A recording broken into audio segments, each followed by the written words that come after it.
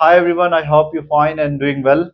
Today I'll try to explain about the some of the basic concept of the macroeconomics. Okay, actually before learning calculation of the national income or GDP, you must know some of the basic terms of macroeconomics like injection and leakage. Injection and leakage of income in circular flow of income actually कि कैसे economy में जो income का flow होता है house hold और firm के बीच वहां कैसे इकोनॉमी में introduction of the new money you can say that the new currency और न्यू इनकम और कैसे विथड्रॉवल ऑफ इनकम होता है that is the leakage. Okay, after that we need to understand about the transfer income, factor income, net factor income from abroad, ordinary resident, domestic territory or international territory, investment, gross investment, depreciation. These are the some of the basic concept of the macroeconomics that you must know before understanding or before calculating the national income or GDP. Okay, तो let's understand one by one. हम कोशिश करते हैं. ठीक है, actually इससे पहले हमने हमारा लास्ट अगर सेशन देखें इसमें हमने सर्कुलर फ्लो ऑफ इनकम को पढ़ा था. सर्कुलर फ्लो ऑफ इनकम में क्या होता है, एक फर्म, कंट्री के जितने भी फर्म होते हैं और हाउस होल्ड होता है, फर्म और हाउस होल्ड के बीच क्या होता है, फ्लो ऑफ इनकम होता है. Basically this is the two sector model of economy in which income flows between the two sector. Actually basically हमने क्या किया था, हमने यहाँ एज्यूम किया था there is absence of government. जब अब्सेंस ऑफ गवर्नमेंट होगा तो टैक्स नहीं लगेगा. टैक्स का मतलब है लीकेज ऑफ इनकम. हमने टैक्स इनकम ले लिया गवर्नमेंट ने, सेम सब्सिडीज दे दिया. ठीक है, इन्वेस्टमेंट, गवर्नमेंट का एक्सपेंडिचर. तो थर्ड सेक्टर हमने इसमें नहीं लिया था. जब हम थ्री सेक्टर मॉडल के बीच हम इकोनॉमी का को अंडरस्टैंड करते हैं तब हम गवर्नमेंट को लेते हैं, फाइनेंशियल इंस्टीट्यूशंस को लेते हैं और एक्सटर्नल सेक्टर को लेते हैं लाइक इंटरनेशनल ट्रेड जब होता है. ओके, तो यहाँ हम टू सेक्टर मॉडल में हम मान के चले थे कि there is absence of government, there is no external sector and the financial institutions की there is no saving of the household. Actually सारा पैसा वो खर्च कर देता है. तो यहाँ जीडीपी कैलकुलेट करने में हमें आसानी होती है. अब क्या है कि जब हमने ये क्या था कि जो फर्म क्या देता है, इसको फैक्टर पेमेंट देता है. अगेन मैं रिपीट नहीं करूंगा बट फैक्टर पेमेंट, ठीक है, और यहां से फैक्टर जाता है. ठीक है, this factor goods and services provide करता है फर्म्स हाउस होल्ड को. ठीक है, वही पैसा फिर इसके पास आ जाता है. अब क्या होता है ना, इंजेक्शन एंड लीकेज कहां हो जा गया. से for their is another sector that is called government. ठीक है, गवर्नमेंट क्या करेगी, टैक्स इंपोज कर देगी, टैक्सेशन. गवर्नमेंट का एक्सपेंडिचर हो जाएगा. ठीक है, तो taxation it means there is a leakage in income. और गवर्नमेंट जब एक्सपेंडिचर करेगा एक्स्ट्रा, मतलब है कि introduction of the new capital. We said investment. कब इन्वेस्टमेंट अगर करेगा एक्स्ट्रा, ठीक है. अब इन्वेस्टमेंट कहां से होगा ये आपको समझना है. इन्वेस्टमेंट होगा that is the introduction of the new capital. मतलब है कि जो सर्कुलर फ्लो ऑफ इनकम है उसमें नया, ये इसलिए मैटर करता है, ये हमें जानना इसलिए जरूरी है. एक तो एक चीज है, हम यहाँ सेविंग देखेंगे. देखो होता क्या है, जो फैक्टर पेमेंट होता है फर्म पे करता है हाउस होल्ड को. इसमें सारे लोग आ जाते हैं, चाहे वो रेंट रिसीव करने वाले हो, वेजेस हो, ठीक है, और उसके बाद इंटरेस्ट हो जो कैपिटल देता है, इसी तरह से प्रॉफिट हो. अब ये सब पैसा रिसीव किया, ये सारा पैसा से फॉर एग्जांपल एक्सपेंड नहीं कर देता है. से फॉर एग्जांपल कि 60% पैसे हाउस होल्ड क्या करता है गुड्स एंड सर्विसेज पे और 40% सेविंग है.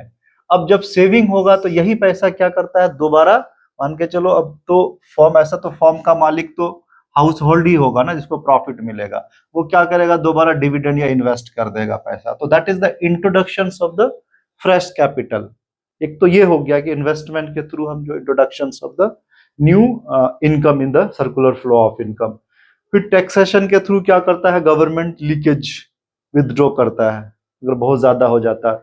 फिर इसी तरह से subsidies, you know that subsidies में क्या करता है, दैट इज इंट्रोडक्शन। ओके, तो इस तरह से जो है इंजेक्शन और लीकेज होता रहता है इकोनॉमी। एक चीज और है कि हम जब इंपोर्ट करते हैं, इंपोर्ट का मतलब दैट इज विथड्रॉवल ऑफ, ठीक है, विथड्रॉल इंपोर्ट्स, हमने पैसा मतलब अपने ही यही सर्कुलर इकोनॉमी का पैसा बाहर बाहर एक्सपेंड कर दिया। ठीक है, अब दो चीज है यहाँ, सेविंग, हमने यही कहा कि हाउस होल्ड अगर सेविंग करता है, saving is it means withdrawal of income from the circular flow. अब यही फिर इन्वेस्टमेंट कर देता है, ठीक है, दैट इज इंट्रोडक्शन, मतलब इंजेक्शन हो गया। Saving is the leakage, taxation is the leakage, okay, imports is the leakage circular flow में। ये समझना इसलिए जरूरी है ताकि आप एग्जैक्ट डोमेस्टिक सॉरी जो जीडीपी है और नेशनल इनकम को समझ सकें, ठीक है, और सर्कुलर फ्लो ऑफ इनकम को समझ सकें। आगे हम इस पे डिस्कस करेंगे कि why leakage and injection is important. Actually economy को समझने के लिए इन्वेस्टमेंट और सेविंग को समझना होता है कि जो पब्लिक सेविंग्स होती है, व्हाई इट इज, अगर आप ठीक है एडवांस लेवल पे देखो, इकोनॉमिक सर्वे आता है गवर्नमेंट का, तो गवर्नमेंट ये सारा डेटा प्रेजेंट करता है कि कितना हमारा हाउस होल्ड सेविंग करता है, ठीक है, इन्वेस्टमेंट, ये डेटा मैटर करता है कि कितना हम कैपिटल फॉर्मेशन करते हैं। Investment is the capital formation, okay, अगर यहीं से अगर हम, ठीक है, कैपिटल फॉर्मेशन इन इकोनॉमी, ये बहुत मैटर करता है कि हम कितना, that is the addition of the capital stock of an economy, ठीक है। अगर हम इन्वेस्टमेंट की बात करें, इसी से रिलेटेड हमने एक टर्म्स ये भी जानना है कि व्हाट इज इन्वेस्टमेंट, ठीक है।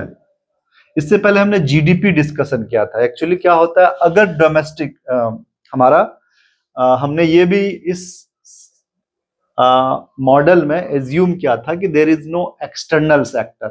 जब कोई एक्सटर्नल सेक्टर नहीं है तो एक्सपोर्ट इंपोर्ट नहीं होगा, तो यही हमारा नेशनल इनकम बन जाता है, ठीक है।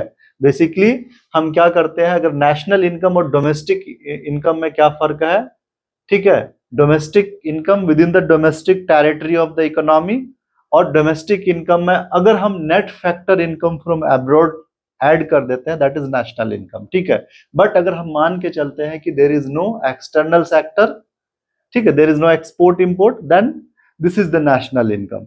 अब ठीक है, अब यही इनकम है, तो यहां that is GDP, gross domestic product, ठीक है, goods and services produced by a country during an accounting year, that is known as GDP. हम ये जानते हैं कि जितना भी गुड्स एंड सर्विसेज प्रोड्यूस होता है, ठीक है, वही नेशनल इनकम हमारा बन जाता है, ठीक है, वही इनकम फैक्टर पेमेंट के रूप में हाउस होल्ड के पास जाता है, दैट इज नेशनल इनकम। अब इस जीडीपी में जो हमारा डोमेस्टिक प्रोडक्ट है, तो आपको एक चीज का इसमें यहाँ कैपिटल गुड्स, यही कॉन्सेप्ट आ गया कि दो तरह के गुड्स अगर बात है, capital goods and consumption goods, ठीक है, जो प्रोडक्शन होता है कैपिटल गुड्स का और कंजम्पशन गुड्स।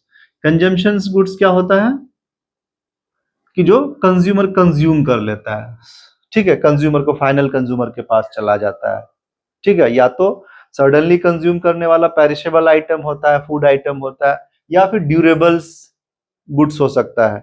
ड्यूरेबल गुड्स में लाइक फैन, रेफ्रिजरेटर्स, जो कि थोड़ा टाइम चलता है। अब कैपिटल गुड्स क्या होता है, like plant and machinery, roads, infrastructure, जिसका यूज फर्दर प्रोडक्शंस में होता है, ठीक है, वो इमीडिएट कंजम्पशन या कंज्यूमर गुड्स से नहीं होता, इसी को कैपिटल गुड्स से, फॉर एग्जांपल जैसे प्लांट एंड मशीनरी आ जाता है, ठीक है, बिल्डिंग्स, इंफ्रास्ट्रक्चर्स, इलेक्ट्रिसिटी, ठीक है, जितने भी मतलब जो कि जिसका यूज हम प्रोडक्शन में करते हैं, that is known as capital goods. इसी कैपिटल गुड्स के प्रोडक्शंस को हम इन्वेस्टमेंट कहते हैं, ठीक है। अब इन्वेस्टमेंट मतलब it means that is the investment is the production या total capital goods actually, okay, produced. अगर हम इसमें भी दो चीज है, प्रोड्यूस या कह सकते हैं during an accounting year, that is known as investment. एक साल में हमारा कितना इन्वेस्टमेंट, बट यही चीज कैपिटल स्टॉक भी बन जाता है, जो टोटल अब तक हमने कितना इन्वेस्ट किया है। ठीक है, अब इसमें दो चीज है, gross investment, it means with in a year हमने कितना गुड्स सॉरी कैपिटल गुड्स का प्रोडक्शन किया है। नेट इन्वेस्टमेंट, अब ग्रोस इन्वेस्टमेंट में डेप्रिसिएशन अगर माइनस कर देते हैं तो हमको नेट इन्वेस्टमेंट मिल जाता है। ठीक है, अगर हम नेट इन्वेस्टमेंट की बात करें, net investment is equal to gross investment minus depreciation. Okay, अब ये डेप्रिसिएशन क्या है, यू नीड टू अंडरस्टैंड। ठीक है, अगर हम इन्वेस्टमेंट की बात करें, that is the addition of the capital goods या addition of the capital stock बोलते हैं, addition of the capital stock of an economy. ठीक, ओके, या कह सकते हैं addition of the new capital in a capital stock. अब capital stock क्या होता है अब तक, अब देखो कैपिटल, ये भी एक टर्म्स कुछ है, कैपिटल स्टॉक या stock of capital. Stock of capital, अब तक हमारे पास एक इकोनॉमी में कितना कैपिटल गुड्स हुआ है, उसका वैल्यू कितना है अब तक till now. Okay, that is stock variable, जो हमने फ्लो वेरिएबल और स्टॉक वेरिएबल पढ़ा था। Till now at a point of time how much investment we have, okay, how much capital formulation we had in a country till now, that is known as capital stock. अब investment क्या होता है, addition of a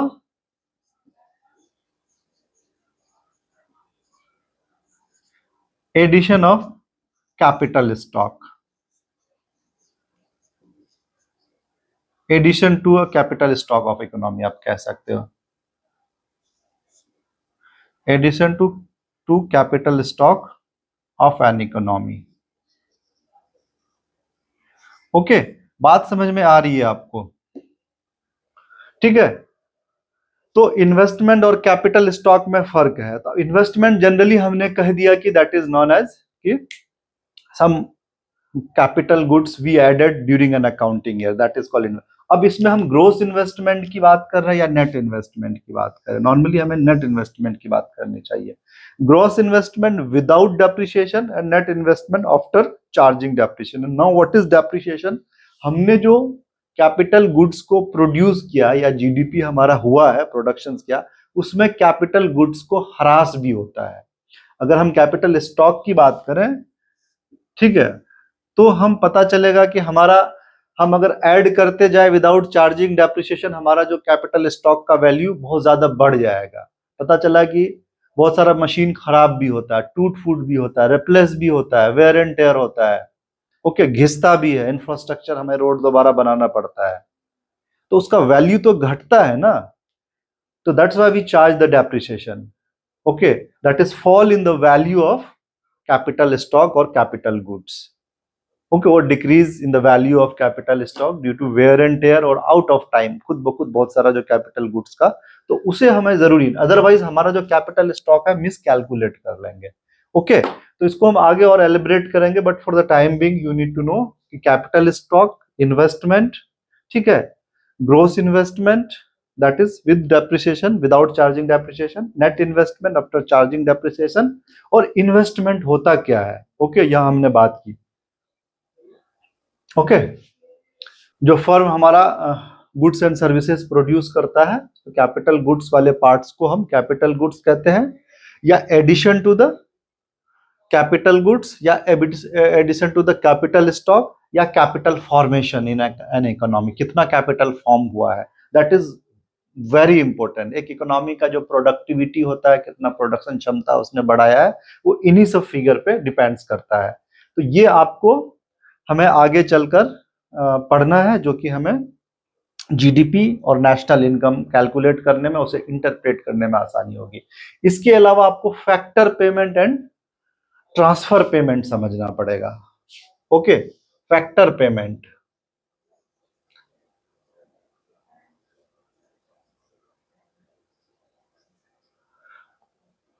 factor payment होता क्या है कि जो factor of productions के लिए रिसीव होता है या पेमेंट होता है, सॉरी फैक्टर पेमेंट या फैक्टर इनकम दोनों होता है।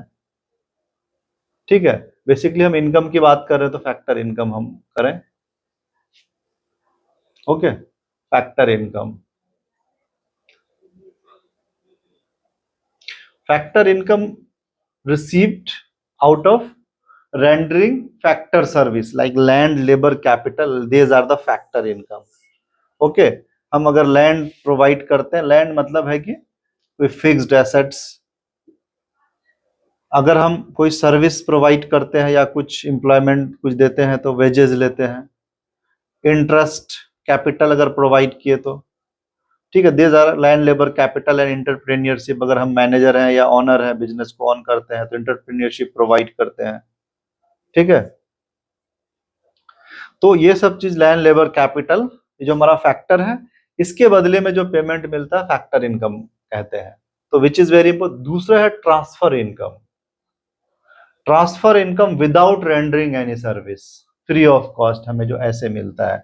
वो क्या होता है, कभी स्कॉलरशिप मिल जाता है आपको, कभी सब्सिडीज मिल जाता है, गवर्नमेंट सब्सिडीज, स्कॉलरशिप। ठीक है, अब जैसे सरकार के लिए क्या है हमारा फैक्टर ट्रांसफर इनकम, सरकार टैक्स इंपोज करती है, दैट इज गवर्नमेंट के लिए ट्रांसफर इनकम, बिकॉज क्योंकि गवर्नमेंट ने कुछ दिया नहीं, ऐसे ही इंपोज किया है। ठीक है, अब ये इंपॉर्टेंट इसलिए है कि आप अगर यहां से फॉर एग्जांपल ट्रांसफर इनकम है, कोई प्रोडक्शन नहीं हुआ है, तो वो जीडीपी में हम कैलकुलेट नहीं करेंगे। अब हमें कोई एडिशनल दे दिया, इंट्रोडक्शन हो गया। ठीक है, से फॉर एग्जांपल यहाँ गुड्स एंड सर्विसेज का वैल्यू कुछ भी आता है, गुड्स एंड सर्विसेज का वैल्यू, ठीक है, जीडीपी। अब इसमें गवर्नमेंट ने टैक्स लगा दिया विदाउट एडिशन एनीथिंग, टैक्स लगा दिया, उसका वैल्यू बढ़ गया, तो ट्रांसफर इनकम आ गया इसमें। तो हम क्या करते हैं, उसको डिक्रीज करते हैं। इसी तरह सब्सिडीज, ठीक है, इसका एडजस्टमेंट जरूरी है। तो यू नीड टू अंडरस्टैंड और differentiate between the factor income and the transfer income. ठीक है, in order to understand the GDP and national income, तब हम आगे जाके कैलकुलेट करेंगे नेशनल इनकम और जीडीपी को। ठीक है, एंड इसके अलावा you need to understand the ordinary resident. ठीक है, क्योंकि ये कैलकुलेट करें जीडीपी या नेशनल इनकम कैलकुलेट करने में ऑर्डिनरी रेजिडेंट मैटर करता है। ठीक है, सिटीजनशिप अलग चीज है। सिटीजन्स, बहुत सारे जो सिटीजन्स होते हैं वो they are not the ordinary citizen, they are non resident actually. जो ऑर्डिनरी रेजिडेंट जो रिजाइड करता है within the territory of the economy और इकोनॉमिक जो एक्टिविटीज होता है उसमें पार्टिसिपेट करता है, और या कह सकते हैं economic interest lies within the boundary of an economy, that is known as ordinary resident. ठीक है, अब बहुत सारे काउंसिलेट हैं, एम्बेसीज वगैरह है, एम्बेसीज वगैरह का एम्प्लॉय है, वो ऑर्डिनरी रेजिडेंट नहीं होता है इसी कंट्री में, but they are the international citizens. ठीक है, तो वो हम देखेंगे ऑर्डिनरी रेजिडेंट। दूसरा domestic territory, you know, international territory. ठीक है, तो डोमेस्टिक टेरिटरी और इंटरनेशनल टेरिटरी भी आपको जीडीपी कैलकुलेट करने में पता होना चाहिए। दूसरा फैक्टर इनकम हमने बात कर लिया। ठीक है, अब नेट फैक्टर इनकम एक अदर कॉन्सेप्ट होता है, net factor income from abroad. ये भी जीडीपी कैलकुलेट करने में काम आता है, net factor income from abroad, इसे भी समझना जरूरी है। अब net factor income from abroad, factor income, you know that कि फैक्टर इनकम क्या, फैक्टर ऑफ प्रोडक्शंस। ठीक है, factor income from abroad.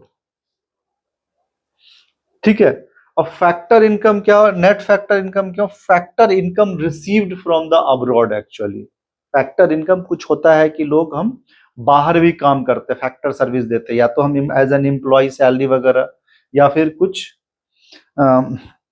Capital लगाते हैं, इंटरेस्ट के रूप में आता है, प्रॉफिट के रूप में आता है, ठीक है। वो जो भी factor income received from the abroad, and कुछ होता है कि बाहर का फैक्टर यहाँ एम्प्लॉयड होता है, हम उसे पे करते हैं। तो हम कह सकते हैं अगर net factor income from abroad is equal to net factor income received from abroad, ठीक है, माइनस, हमने बहुत लंबा लिख दिया, factor income received from abroad और factor income paid to abroad, मैंने शॉर्ट में लिख दिया।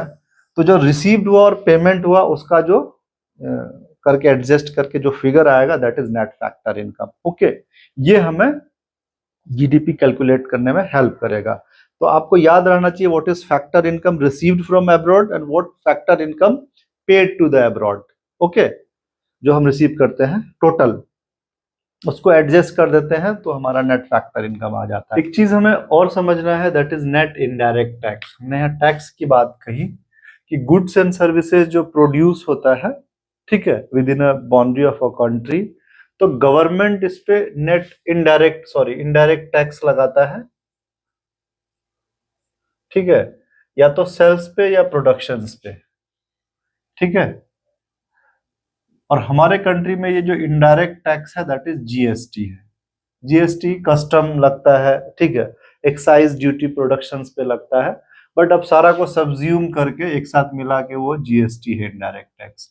आपको टैक्स का कॉन्सेप्ट समझना चाहिए if you are in a class 12th और 11th, देन की कंट्री में डायरेक्ट टैक्स होता है, इनडायरेक्ट टैक्स होता है। डायरेक्ट टैक्स का जो बर्डन होता है वो, ठीक है, जो इनकम अर्नर होता है उस पे इम्पोज किया जाता है। आप जितना अगर एक स्लैब से ज्यादा अर्न करते हो तो आप पे डायरेक्ट टैक्स गवर्नमेंट इम्पोज करती है।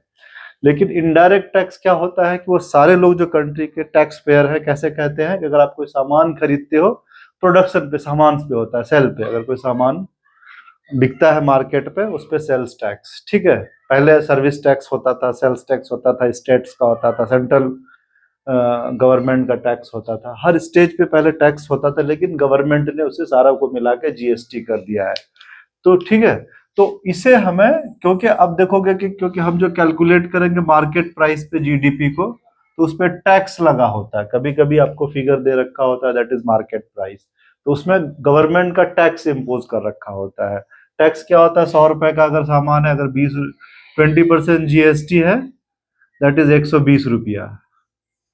तो हम अगर इस प्राइस पे 120 रुपए पे जीडीपी कैलकुलेट करेंगे, total goods and services produce by country, तो हमारा जीडीपी इन्फ्लेट कर जाएगा। तो हम क्या करते हैं, टैक्स को माइनस कर देते हैं। और गवर्नमेंट टैक्स के साथ साथ क्या करता है इनडायरेक्ट, कभी कभी जो वेलफेयर के लिए जो या नेसेसिटी आइटम्स होता है उस पे गवर्नमेंट सब्सिडीज देती है। ओके, अब सब्सिडीज क्या है, ठीक है, जैसे गैस सिलेंडर पे मिलता है, इलेक्ट्रिसिटी पे मिलता है, तो जिस तरह से टैक्स लगाने से गुड्स एंड सर्विसेज का वैल्यू बढ़ जाता है तो सब्सिडीज देने से घट जाता है, ठीक है। तो इसको हम एडजस्ट करते हैं जीडीपी कैलकुलेट करने में। तो दैट जो टर्म यूज होता है that is net indirect tax. मैं यहां लिख देता हूं, ठीक है, an net indirect tax, NIT, ठीक है। Net indirect tax means indirect tax और जीएसटी माइनस सब्सिडीज, ठीक है। तो ये एक कॉन्सेप्ट है जिसको आपको समझना है कि नेट इनडायरेक्ट क्या होता है, देन हम कैलकुलेट करेंगे जीडीपी। तो these are the sum of the concept you need to understand before calculating the GDP और नेशनल इनकम। इसके बाद जो 3 मेथड्स है हमारा जीडीपी कैलकुलेट करने का, that is income method, expenditure method and the product method. तो हम फर्स्ट प्रोडक्ट मेथड देखेंगे, फिर डे बाय डे हम आगे बढ़ेंगे। अगर इसमें से अगर आपको कहीं ऐसा कुछ हो कि आपको समझ में नहीं आया कि हम सर्कुलर फ्लो और इंजेक्शन एंड लीकेज, इकोनॉमी में कैसे जो है इंजेक्शंस होता है न्यू इनकम का, लीकेज कैसे withdrawal of income actually, then similarly investment, capital stock, capital formation, gross investment, net investment, factor income, transfer payment, okay.